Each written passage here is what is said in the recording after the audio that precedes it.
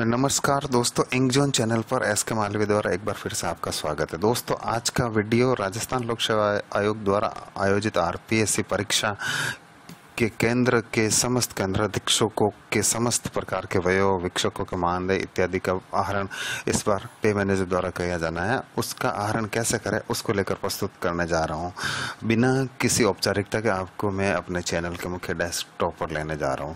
सबसे पहले दोस्तों, आपको यहां आप लॉगिन आईडी से पास लॉगिन करके आपको लॉगिन हो जाना है। आप मास्टर में जाइएगा।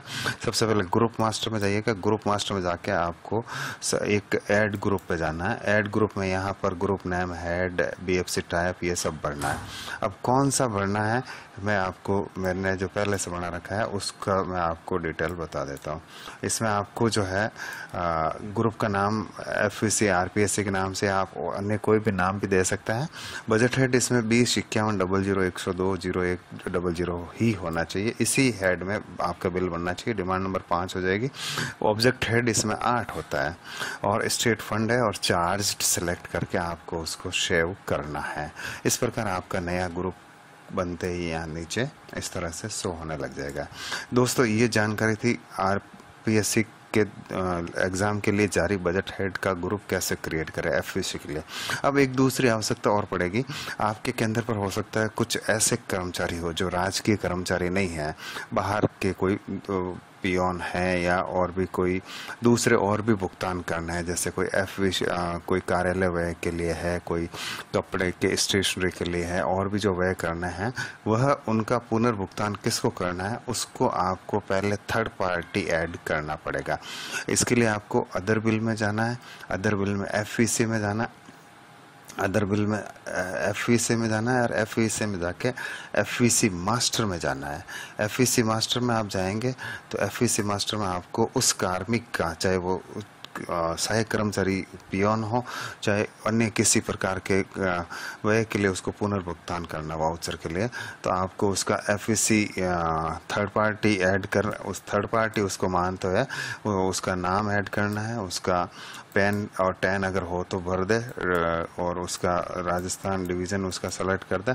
अगर पेन और टैन भरेंगे तो इसकी आवश्यकता पड़ेगी, नहीं तो नहीं पड़ेगी। फिर उसके बैंक डिटेल में एफवीसी के द्वारा आप उसका बैंक सेलेक्ट कर सकते हैं। डायरेक्ट बैंक आ जाएगा आईएफएससी कोड के द्वारा और उसकी ब्रांच और ये सारा के बैंक अकाउंट नंबर आ जाए और उसकी जीपीएफ, एसआईपीएफ या आरजे वो वाली आईडी या और भी कोई पैन कार्ड की आईडी है, जो कुछ भी है वो यहाँ डाल के आप उसके मोबाइल नंबर अवश्य डालना है उसको जब भी थर्ड पार्टी ऐड करें आप उसको, और फिर उसको आप सबमिट करेंगे तो वो आदमी यहाँ थर्ड पार्टी ऐड हो जाएगी। जैसे मैंने यहाँ कुछ पहले से थर्ड पार्टी ऐड कर रखे हैं, कुछ थर्ड पार्टी मैंने ऐड कर रखी है। इसमें वे उन कार्मिकों की डिटेल आनी चाहिए जो पे मैनेजर पर नहीं है, निजी है या किसी बिल के लिए, किसी वाउचर के लिए, किसी व्यय के लिए उनको पुनर्भुगतान करना होता है। तो इस प्रकार आप उनको थर्ड पार्टी ऐड कर देंगे। साथ ही अब आगे बढ़ते हैं। इसके लिए आपको अब अदर बिल में जाना है, फिर वापस एफवीसी बिल में जाएंगे और आप यहाँ एफवीसी मास्टर में एफवीसी प्रोसेस में जाएंगे। बताना चाहूँगा साथियों, एफवीसी प्रोसेस में आपको आपके विद्यालय में आपके सेंटर पर सेंटर के ही आपके डीडी कोड के ही कार्मिकों को अगर मानदेय भुगतान करना है और थर्ड पार्टी का जो भी भुगतान करना है वो यहाँ एफवीसी प्रोसेस में जाके करेंगे। जैसे मैं एफवीसी प्रोसेस पर क्लिक करता हूँ तो यहाँ पर ये वो बिल नंबर एलोकेट सबसे पहले अब इसके बाद एफवीसी माफ करिएगा। अब सबसे पहले आपको बिल नंबर एलोकेशन में जाना है।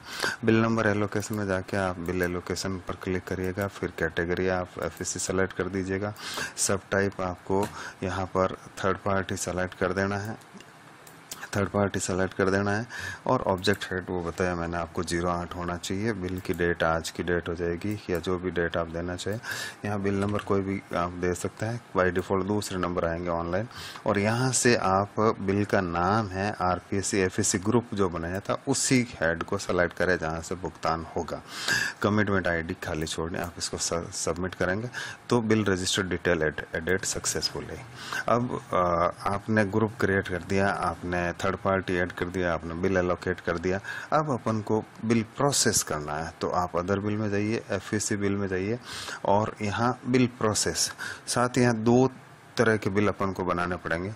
एक बिल प्रोसेस में तो आपके डीडीओ पे मैनेजर पर मैप्ड कर्मचारी को ही आप मानदेय भुगतान कर पाएंगे, या अन्य थर्ड पार्टी जो ऐड कर रखा है उनको आप यहाँ भुगतान कर पाएंगे। और अगर कोई बाहर के सरकारी कार्मिक जिनका डीडी कोड आपका कोड नहीं है, केंद्र का, दूसरे स्कूल से आपने बुलाया है, तो उनको अदर ऑफिस एफईसी बिल में दूसरा बिल एलोकेट करके करना पड़ेगा। लेकिन पहला आता है एफईसी प्रोसेस में जाते हैं। एफईसी प्रोसेस में यहाँ बिल नंबर में अभी जो अलॉट किया वो बिल नंबर आ गया। अब उसके बाद यहाँ जो है दो तरह के हैं, नॉन रीएम्बर्समेंट में जो है वे डायरेक्ट भुगतान किसी पार्टी को करना है जो कार्यालय व्यय से संबंधित है। कोई भी फर्म हो सकती है, कोई व्यक्ति विशेष हो सकता है, उसको भुगतान की गई रसीद के पेटे पुनर्भुगतान करना, जिसको अपन ने थर्ड पार्टी जोड़ा था। प्लस जो निजी पियोन है जो लिए हैं उनके नाम भी यहाँ आएंगे, आप उनको सेलेक्ट कर देंगे। उनको सेलेक्ट करके उनका ये नाम आ गया और इनवॉइस नंबर आपका जो भी उनको जो वाउचर या रसीद दी उसका नंबर आ जाएगा। और सैंक्शन डेट आपके जो मुख्य जो सैंक्शन डेट आज सैंक्शन नंबर आप अपने विद्यालय स्तर पर आप जारी कर सकते हैं और कितना अमाउंट उसको भरना है कारण यहाँ लिख देंगे। कार्यालय व्यय हेतु या वीक्षण मानदेय या सहायक कर्मचारी मानदेय जो भी लिख के आप सबमिट कर देंगे, आप इसको सबमिट कर देंगे। इसी प्रकार आपके पे मैनेजर पर मैप्ड जो कार्मिक हैं उनको वीक्षण भत्ता देना है, तो आप रीएम्बर्समेंट सेलेक्ट करिएगा। रीएम्बर्समेंट में सेलेक्ट करेंगे तो आपके कार्यालय में मैप्ड समस्त एम्प्लॉय आपके डीडीओ कोड में मैप्ड है, उनको आप किसी एक को सेलेक्ट करके और आप उनको कितना मानदेय देना है वो आप यहाँ पर लिख सकेंगे। सैंक्शन डेट आपका जो भुगतान पत्र आपने आरपीसी के निर्धारित फॉर्मेट में जो बनाया है उसको आप आउटवर्ड नंबर देकर और सैंक्शन डेट देकर आप उसको चढ़ा सकते हैं और उसका कार्मिक का आप अमाउंट कितना मानदेय है वो दे सकते हैं। रीजन आरपीएससी में वीक्षण कार्य लिखेंगे। इस तरह से एक एक करके आपके डीडीओ के समस्त कार्मिकों को आप मानदेय यहाँ से देख के सबको ऐड करेंगे। अब इन सबको ऐड करने के बाद जब आप रिपोर्ट में जाएंगे तो वहाँ से आपको इसमें ऑलरेडी ये बिल प्रोसेस हो चुका होगा। आप यहाँ पर रिपोर्ट में जाके देख सकेंगे, उसका इनर आपको निकलेगा, उसमें कोई करेक्शन हो तो आप उसको वहाँ पर कर सकेंगे। अब उसके बाद आपको यहाँ पर डॉक्यूमेंट अपलोड में जाना है। डॉक्यूमेंट अपलोड में जाएंगे और यहाँ पर आपको वो भुगतान पत्र आरपीएससी का निर्धारित फॉर्मेट में बनाया है वो अपलोड कर सकते हैं, वाउचर अपलोड कर सकते हैं, फर्म का बिल अपलोड कर सकते हैं। डॉक्यूमेंट अपलोड में आप यहाँ पर वो एफईसी सेलेक्ट करेंगे और एफईसी सेलेक्ट करके उसमें जो भी आपको अपलोड करना है वो आप डॉक्यूमेंट यहाँ पर संबंधित अपलोड कर देंगे। डॉक्यूमेंट में जो है सैंक्शन है, वाउचर है, कॉपी ऑफ वर्क ऑर्डर है, सर्टिफिकेट ऑफ और कोई दूसरी चीज़ें हैं, ये समझ तरह का यहाँ डॉक्यूमेंट आप अपलोड कर सकते हैं। ये डॉक्यूमेंट अपलोड करने के बाद आपको इसको फिर यहाँ से डीडीओ फॉरवर्ड करना है। डीडीओ फॉरवर्ड करने के बाद आपको उसकी रिपोर्ट्स निकालनी है। रिपोर्ट्स में अदर बिल में एफईसी में अदर्स बिल में एडवाइस इनर और आउटर रिपोर्ट आपको जनरेट करनी है। ये दो इनर और आउटर रिपोर्ट जनरेट करके आपको हमेशा की तरह उसका यहाँ से डॉक्यूमेंट डिजिटल साइन आपको यहाँ से उस बिल को डोंगल से ई साइन करना है। डोंगल से ई साइन करने के बाद आपको फिर उसे ट्रेजरी फॉरवर्ड करना है।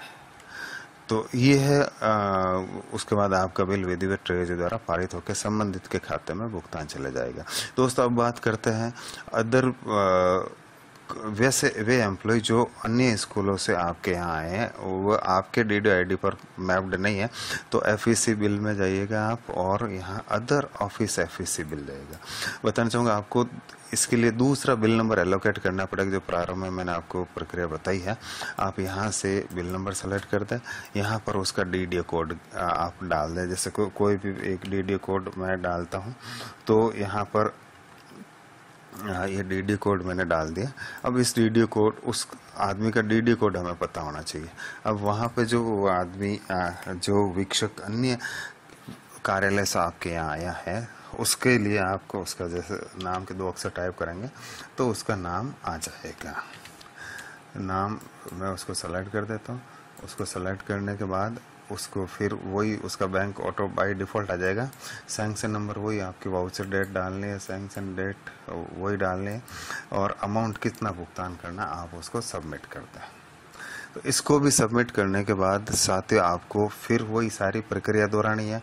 आपको डॉक्यूमेंट अपलोड करना है, आपको रिपोर्ट्स, आपको पहले डीडीओ फॉरवर्ड करना है, आपको रिपोर्ट्स निकालनी है, अदर बिल की रिपोर्ट्स निकालनी है, इनर और आउटर निकालना है, फिर डॉक्यूमेंट डिजिटल साइन करना है, फिर आपको उसको ट्रेजरी फॉरवर्ड करना है। यानी कि एक केंद्र पर न्यूनतम 2 बिल तो आपको बनाने ही बनाने हैं। पहला वो बिल जिसमें आपके डीडीओ मैप पर मैप्ड कार्मिकों का भुगतान और प्लस थर्ड पार्टी जिनको भी अन्य भुगतान करना है, निजी कार्मिकों को जो किसी भी पे मैनेजर के डीडीओ कोड पर मैप्ड नहीं है, उनको थर्ड पार्टी ऐड करके भुगतान कर सकते हैं अपन, या डायरेक्ट फर्म को भी भुगतान इसके द्वारा कर सकते हैं थर्ड पार्टी ऐड करके।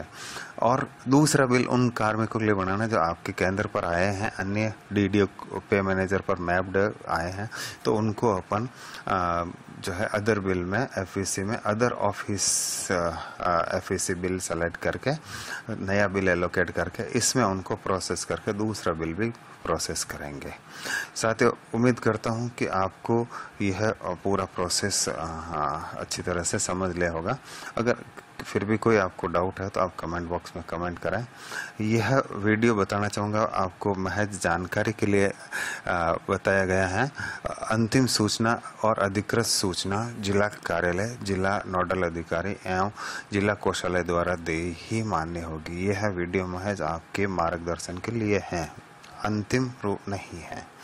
वीडियो पूरा देखने के लिए थैंक यू।